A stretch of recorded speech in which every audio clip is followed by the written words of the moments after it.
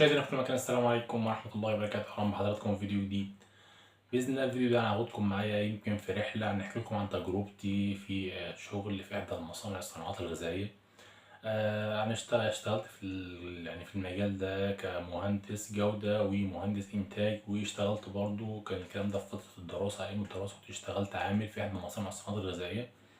هنتكلم معاكم بالتفاصيل عن الشغل في مجال المصانع وطبيعة الشغل عاملة ازاي، والمرتبات والأوراق المطلوبة، وكمان يعني مين اللي ممكن يقدر يشتغل مثلا في المجالات ديت، خريج زراعة، خريج ايه وخريج ايه. ايه هي اللي ممكن نشتغل عليها مثلا زي الكورسات او حاجات زي كده، ايه اللي ممكن نقدر نشتغل عليه، او ممكن يعني يبقى يدينا فيدباك او يدينا اولوية، او يبقى في يعني في ميزة نسبية شوية اللي أنا نقدر مثلا نشتغل في المجال ده، يبقى عندي حصيلة معلومية كويسة وأنا بنشتغل مثلا، أو أنا لسه طالب، أو لسه خريج وعايز يعني ناخد خبرة على المجال في مجموعة كورسات هنقول عليها. أنا اشتغلت في المجال ده يمكن لمدة 3 سنوات. الكلام ده اشتغلت في كمهندس إنتاج ومهندس جودة، واشتغلت في عامل في المصانع. الكلام ده كان في اجازات، يعني كان مجرد شهور، شهر اتنين. ما اشتغلتش كتير في مجال اللي انا اكون عامل وكلام من ده. ميزة العمل في المجال ده يا جماعة هي موسميا بتبقى على حسب المحصول. يعني انا كنت شغال في شركة، يعني في شركة بتصدر خضار لبره، ويجي لك الخضار بتعمل عليه عمليات تصنيعية وبعد كده بتعبيه وبيصدر لبره. كان بيجي لنا بامية، كان بيجي لنا ملوخية، بيجي لنا سبانخ، خرشوف، بيجي لنا دوات برضو بعض الفواكه زي الفراولة، المانجا، بالإضافة لمجموعة يعني منتجات متفرقة طبعا. الريتم بتاع الشغل متفرق، يعني نظام موسمي. يعني في فصل الشتاء بيجي لك منتجات فصل الشتاء، في فصل الصيف بيجي لك منتجات فصل الصيف. أي منتج من المنتجات اللي بتجيلنا ديت انت بتتعامل معاه من اول ما بيجي. بتقيم الشغل، بتكون في مجموعه موردين طبعا على حسب الموسم. مثلا هنقعد مثلا كمثال كموسم الموسم اللي هو في الصيف، مثلا موسم الباميه او الملوخيه. بيجي لك المنتج، انت كمهندس بتقيم المنتج طبعا، وبتاخد الميزان بتاعه من المورد. وبعد كده بتاخد المنتج مثلا زي ما قلنا عليه الباميه. احنا الباميه ديت بتبقى احجام، في منها واحد وفي منها زيرو، وفي فاين، وفي في باميه اتنين، وفي باميه ويكا. احجام متفرقه طبعا. بنحجم احنا الباميه ديت، الباميه بتجيلنا من المورد بتبقى متجمعه، واحنا بنحجم الايه الباميه مثلا. وبعد ما بنحجمها بنحطها كل نوع على كوم معين او في مكان معين، لحد ما نعمل عليه العمليات التصنيعيه اللي احنا بنخش بعد كده. بنخش مرحله الغسيل، وبعد مرحلة الغسيل بنخش على مرحلة اللي احنا بنخش البلانشر. البلانشر ده عامل زي حلة كبيرة كده، بس بيتظبط على درجة حرارة معينة وبيلف، وبياخد دورة مثلا ممكن تبع 7 دقايق على حسب المنتج اللي عندك وعلى حسب النوع طبعا. لأن كل منتج كل منتج ليه درجة حرارة معينة، وبيختلف طبعا من أول الموسم غير آخر الموسم. بيختلف من يعني زي ما قلنا كده بيختلف درجة الحرارة بتختلف من منتج لمنتج. وبعد كده بيخش على التبريد، وبعد ما بيتبرد بيخش على التجميد السريع، وبعد التجميد السريع بيخش على التعبئة اللي هي التعبئة المبدئية. يعني بيبقى مثلا بيبقى شكاير على حسب نوع المنتج. بيبقى مثلا في شكاير، بيبقى في كرتون مثلا 20 كيلو، شكارة 20 كيلو، 25 كيلو، على حسب المنتج اللي معاك. طبعا بيبقى اي منتج من ده لازم بيتم بالعمليات دي بالكامل. كل المنتجات، اي منتج من المنتجات ديت بيتم نفس العمليات ديت. يعني انت لو ورق عنب، ملوخيه، برضه نفس الحكايه، بتخش برضه على درجه حراره وبعد كده بتنضرب، بتبقى زي مكنه لحمه كده، وبتفرم فيها الملوخيه وبعد كده بتتعبى في اكياس، وبعد ما تتعبى في اكياس بتتحط مثلا في تروليات، وبعد ما تتحط في تروليات بيخش في التجميد السريع. بعد ما تخش التجميد السريع بتتلم الملوخية دي، بتتحط في كرتونة مثلا ممكن تبقى 20 كيلو، ممكن تبقى 10 كيلو، على حسب المنتج اللي عندك طبعا. وبعد كده بتدخلها التلاجة. وبعد كده المرحلة اللي بعديها على طول اللي هي مرحلة التعبئة النهائية، اللي هي بتبقى ايه؟ بتبقى في اكياس منتج نهائي. ديت بتبقى دي بيبقى قسم خاص انا اشتغلت فيها. بعد كده مثلا بتاع الحسابات بيقول لك مثلا فيه شركة كذا عايزة مثلا كونتينر مثلا بامية، عايزة كونتينر ملوخية، عايزة كونتينر ورق عنب، عايزة كونتينر خرشوف على حسب المنتج أو حسب العميل اللي هو عايز إيه بالظبط. بيجيب لك، هو طبعا بيجيب لك الأكياس بتاعت مثلا، بيبقى لو أنت شغال في شركة كبيرة بيبقى طبعا بيبقى ليها اسم المنتج بتاعها. مثلا بتبقى لها براند كده، زي براند، اسم بكيس طبعا وبشكل كرتونة، بيبقى كل حاجة بتبقى إيه متصممة يعني. بس أنت بيبقى عندك في التعبئة بيكون عندك مكنة الطباعة، عشان انت بتطبع على الأكياس نوع المنتج والاسم والصنف، وبتطبع عليه تاريخ الصلاحية وتاريخ الانتهاء، بالإضافة لمجموعة بيانات كتير طبعا احنا لازم بتنطبع عليها، عشان دي طبعا خاصة كده، تبع الجودة وتبع الصحة طبعا. وبعد كده انت بتعامل المنتج، انت بتطلب من بتوع التلاجة بتقول له مثلا خدم عليه، انا عايز مثلا ايه، نعبي مثلا كونتينر باميه، لازم بيجيب لك الباميه، ما بيطلعش كل الكميه مره واحده، بيطلعها على مراحل طبعا. طلع مثلا 40 شكاره 40 شكاره. احنا عندنا التعبئه بيبقى فيه بعض الشركات، لو شركه كبيره بتشتغل تعبئه بتبقى تعبئه آلي، بس في بعض المصانع بتشتغل تعبئه مانوال، اللي هو العادي بالعمالة الموجودة معاك بجد زيها زي الآلي. بس احنا يعني الشركات الكبيرة بيبقى عندها ميكنة وعندها رأس مال كبير، تقدر تعمل حاجات اللي زي كده. وبعض الشركات الكبيرة طبعا برضه بتشتغل مانوال، لو هي مثلا عندها كميات كبيرة وعليها طلبيات كتير بتعمل برضه نفس الحكاية كشغل مانوال. احنا ممكن مثلا لو احنا بالشغل المانوال اللي كنت شغال فيه، كنت ممكن نطلع 100 كرتونة مثلا في تلت ساعة. معانا عمالة طبعا بتبقى عمالة مدربة عشان على الميزانة وعلى اللحام، كل الكلام ده بيبقى ايه، بيبقى تخصص جودة، عشان انت اللحام يبقى مظبوط وما يبقاش في الكيس، ما يبقاش مقطوع طبعا. بالاضافة طبعا ان انت بيجي لك المنتج، بتحط المنتج على ترابيزة وفي ناس معاك ايه تفرز المنتج. في منتج تالي فيه مثلا عيوب صناعة كلام من ده بتطلعه بره، لا قدر الله مثلا فيه مسمار ليه، في اي حاجة من ديت، لازم طبعا بنفرز المنتج. وبعد كده بنخش على الايه التعبئة، بنعبي في الكيس. كيس مثلا على حسب الكيس من الحجم الموجود عندك او حسب الطلبيه، ممكن يبقى كيس كيلو، ممكن يبقى 400 جرام، على حسب الكيس اللي معاك. وبعد كده بتخش على الميزانه شغاله طبعا، بتبقى سريعه، معظم بيبقى بنات بيقعدوا معاك على الميزانه 400 جرام. وبعد كده انت لازم برضه بتلاحظ برضه الميزانه، عشان ما يبقاش الميزانه عاليه ولا تبقى واطيه. وبعد كده بيخش على اللحام، وبيبقى معاك شباب على السير، وبتعبي الكراتين بتاعتك مثلا 20 كيس على حسب الطلبيه الموجوده معاك، بتعمل طبليه بتبقى 100 كرتون. وبناء على كده انت شغال. وفي مرحله اخرانيه طبعا اللي احنا في جهاز كشف معادن.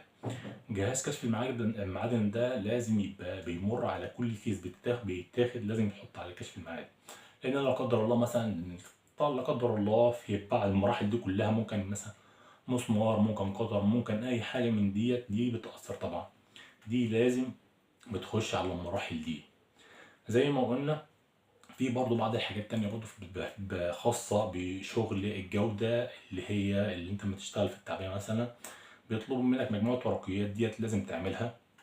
الورقيات ديت أي مهندس لازم يعملها، اللي هي زي التتبع، بيجيب لك مثلا تعمل كل يوم تقرير، او بكل منتج بتعمل تقرير، مش بكل منتج او بكل ايتم بتعمل تقرير، خدت قد ايه من التلاجة ودخل قد ايه. وفي بقى طبعا بيبقى في بقى تلج ومجموعة حاجات اللي انت فريست والحاجات دي بتكتبها طبعا في التقرير. تتبع طبعا، انت لو عندك منتج وعايز تعمل تتبع، او انت عايز تعمل استدعاء لمنتج مثلا صدرته او موجود، عايز تعمل استدعاء للمنتج ده، انت بتجيب المنتج مثلا وبتجيب الكرتونه وبتقارن كل حاجه عندنا، مثلا من الكرتون للاكياس كل حاجه بيبقى ليها يعني تاريخ دخول، بتقارنها طبعا بالبيانات الموجوده عندك، وبتعمل حاجه اسمها تتبع. وطبعا في حاجه اسمها امر، اللي هو امر تعبئه، ده بيجي لك من بتاع الحسابات. امر تعبئه ده بيقول لك ايه، مثلا اعمل لي كذا واعمل لي كذا، اعمل لي حاوي كذا، اعمل لي مثلا 100 كرتونه كذا. بعض الشركات بتشتغل محلي، وفي بعض الشركات التانية بتشتغل تصدير بس.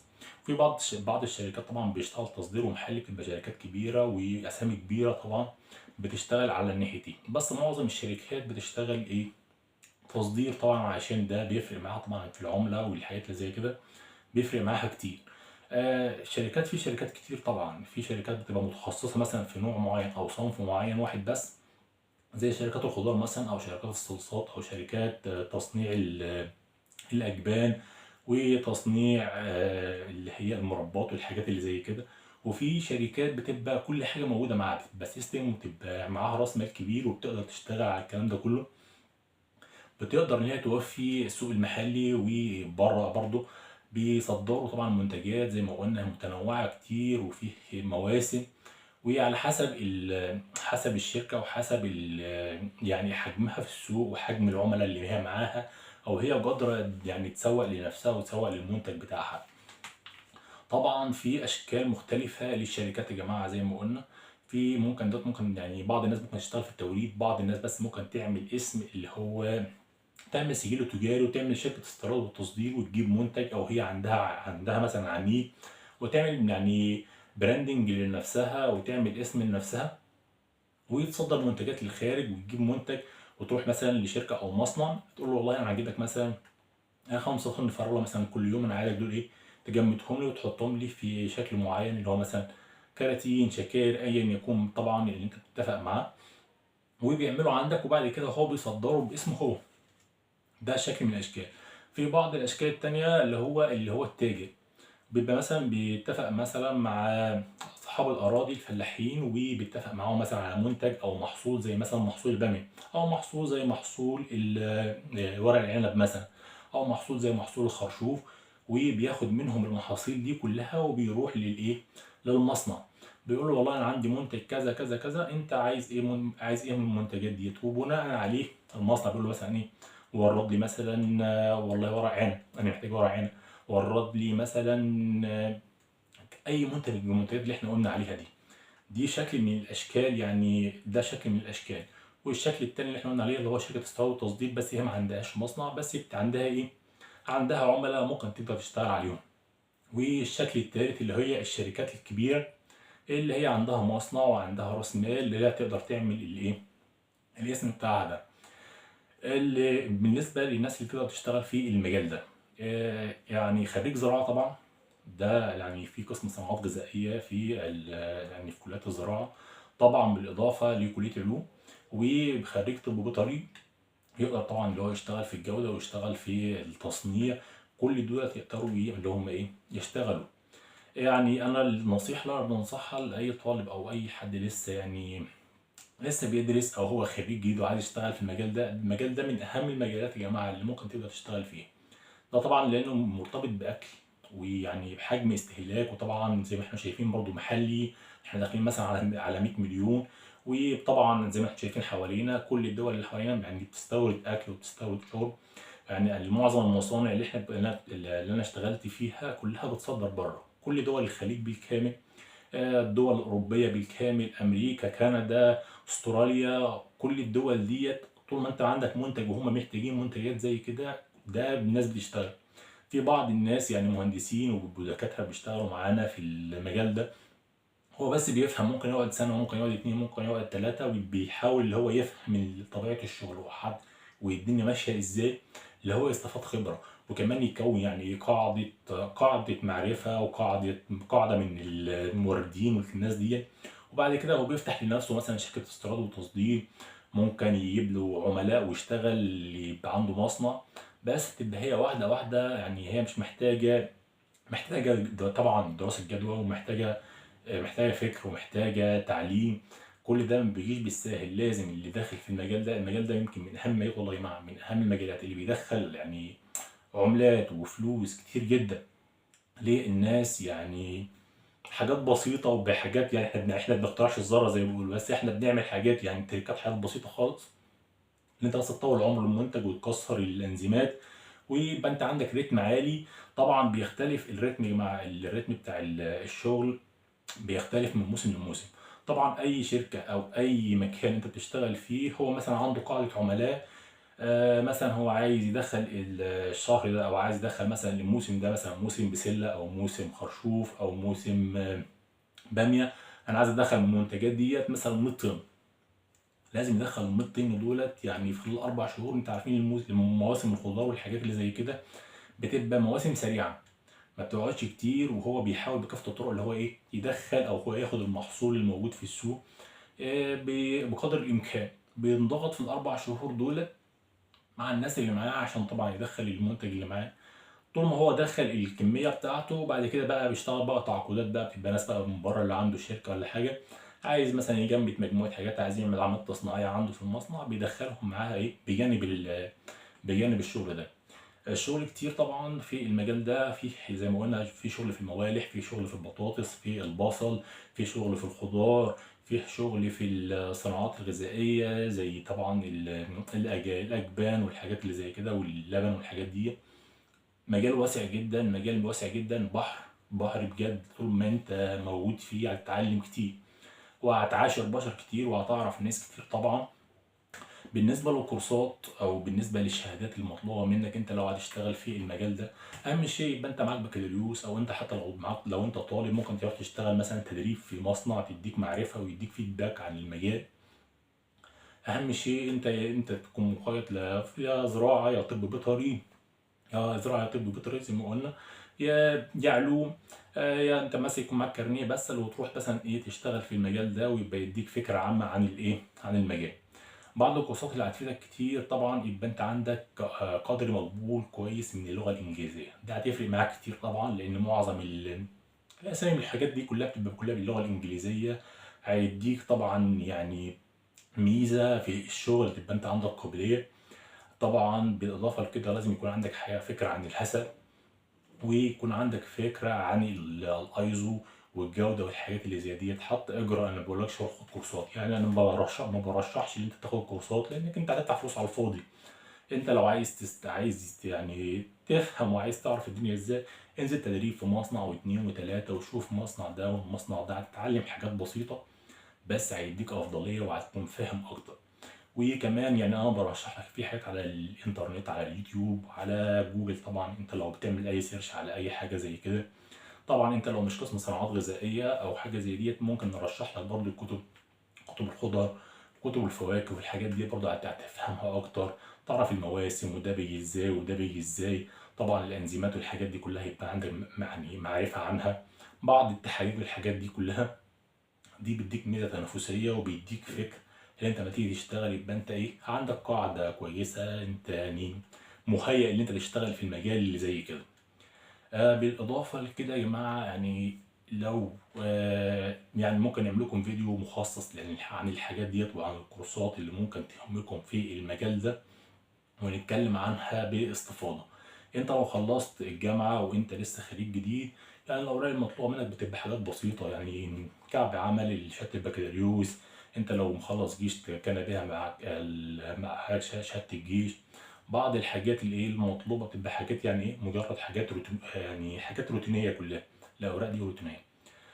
بالإضافة لكده انت بيكون مطلوب منك حاجة تانية كمان. انت لو شغال في المجال جديد، انت لازم يكون عندك قابليه، ويبقى عندك قابليه للشغل وكون ضغط الشغل والحاجات اللي زي احنا دي اللي احنا بنتكلم عليها. لازم تشتري من ده وتشتري من ده. بعض الناس اللي شغاله في المجال دي مبقاش اصلا خريجين زراعه، بس يعني هم يعني قعدوا مثلا فتره 20 سنه، في الناس اللي قعدت 10 سنين بس فهمت، عرفت الدنيا عامله ازاي. يعني دي كنصيحه، انت اشتري من ده واشتري من ده واشتري من ده واشتري من ده، وافهم، اجمع معلومات كتيره جدا. في بعض الناس اللي بقولنا يعني فاهمين اكتر اصلا من الناس اللي اصحاب المصانع واللي هم شغالين وهم اصلا في المجال نفسهم، فاهمين اكتر منهم، لان الناس ديت احتكت كتير بالسوق، والناس ديت يعني اشتغلت موسم واثنين وثلاثة واربعة وخمسة وستة. بقى بالنسبة لهم ده يعني دي حاجة بسيطة، ولا يعني هم فاهمين، اعتبروا فاهمين كتير. هم مش دارسين بس، هم مع الاحتكاك ومع الشغل والكلام من ده فهموا اكتر وعرفوا الدنيا ماشية ازاي. اتمنى الفيديو يعجبكم، ولو عندك اي استفسار او عندك اي اضافه يا ريت تكتبها تحت الفيديو في التعليقات. وباذن الله الفتره الجايه هنعمل فيديوهات اكتر وهنتكلم اكتر في المجالات اللي زي كده، والحاجات برضو اللي يمكن التجارب يمكن تنفع، يعني لو حتى 1% من الناس اللي بتشوفني يمكن تنفع الناس ديت. اتمنى الفيديو يعجبكم، لو عندك اي استفسار اكتبها تحت الفيديو في التعليقات، واشوفكم باذن الله في فيديو جديد على خير. السلام عليكم ورحمه الله وبركاته.